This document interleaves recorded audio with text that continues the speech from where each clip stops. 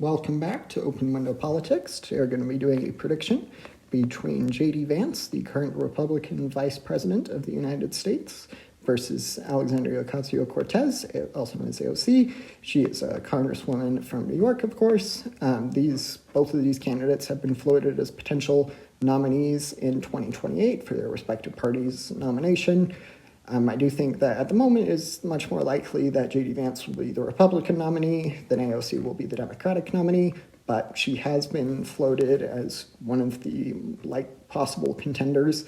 Generally, Gavin Newsom has in the polls at least, showing to have the most support. So I do think he would, if it were between him and AOC, that he would probably win the Democratic Party's nomination. But for now, we're just going to do this fun hypothetical prediction between AOC and J.D. Vance. J.D. Vance is, at the moment, seen as the most likely candidate to be the Republican Party's nominee in 2028, so I thought it would be fun to do a prediction between these two candidates. So I will start out in the West and then move eastward. So in the West, we have the West Coast here with Washington, Oregon, and California. All three of those states very reliably in the Democratic Party's column. So that is going to be quite a few electoral college votes for AOC. The only state in the likely category is going to be Oregon, but I don't think that J.D. Vance would be able to win Oregon, so I'm going to keep that in the likely column. Right now, these electoral college this map is based off of the 2024 presidential election results, which is why generally it doesn't look great for Democrats, but we're going to be going off of that map. And then I'm going to get to the first swing state, that being the state of Nevada. In Nevada, I think that J.D. Vance would most likely win this state. I think that AOC and the more progressive views would turn off some voters, especially some key voting demographic groups in the state of Nevada. So I'm going to put the state of Nevada into J.D. Vance's column. So with that, I will come back to the district here in Omaha. But for now, that brings us to a tied game, 225 to 225, with 88 electoral college votes left to characterize. And then I do think in Arizona, I think especially if Vance is winning Nevada, he's almost certainly winning Arizona. It'll be interesting to see how Vance does if he's the nominee.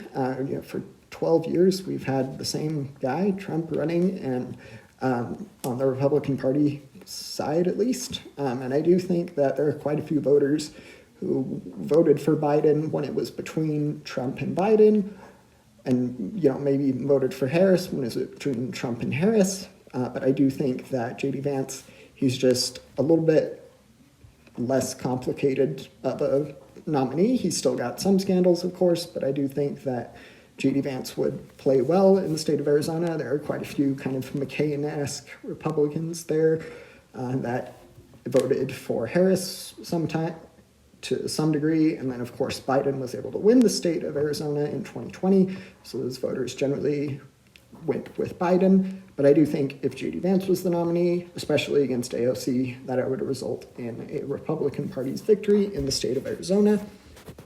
And then we get to the Rust Belt. I'll skip over to the Rust Belt. I do think that of these three states, that Wisconsin is probably AOC's best chance at winning a swing state. Wisconsin and maybe Michigan. I'm going to head back over to the district here in Omaha. This district, Harris was even able to win it in 2024. So Democrats are generally favored to win this. I do think it may narrow up, but I do think that would be counteracted by the general positive environment for Democrats. We've seen pretty impressive performances from Democrats in elections throughout the country. So I do think that would help AOC, and I think it would be enough. It might be a narrower victory than Harris did. I think she won it by 3 to 5 points, if I remember correctly. Could be wrong, but I do think that it would maybe narrow up slightly, but still be in the Democratic Party's column. So that is 236 to 236. And then we will go to the state of, I'll go down to the south.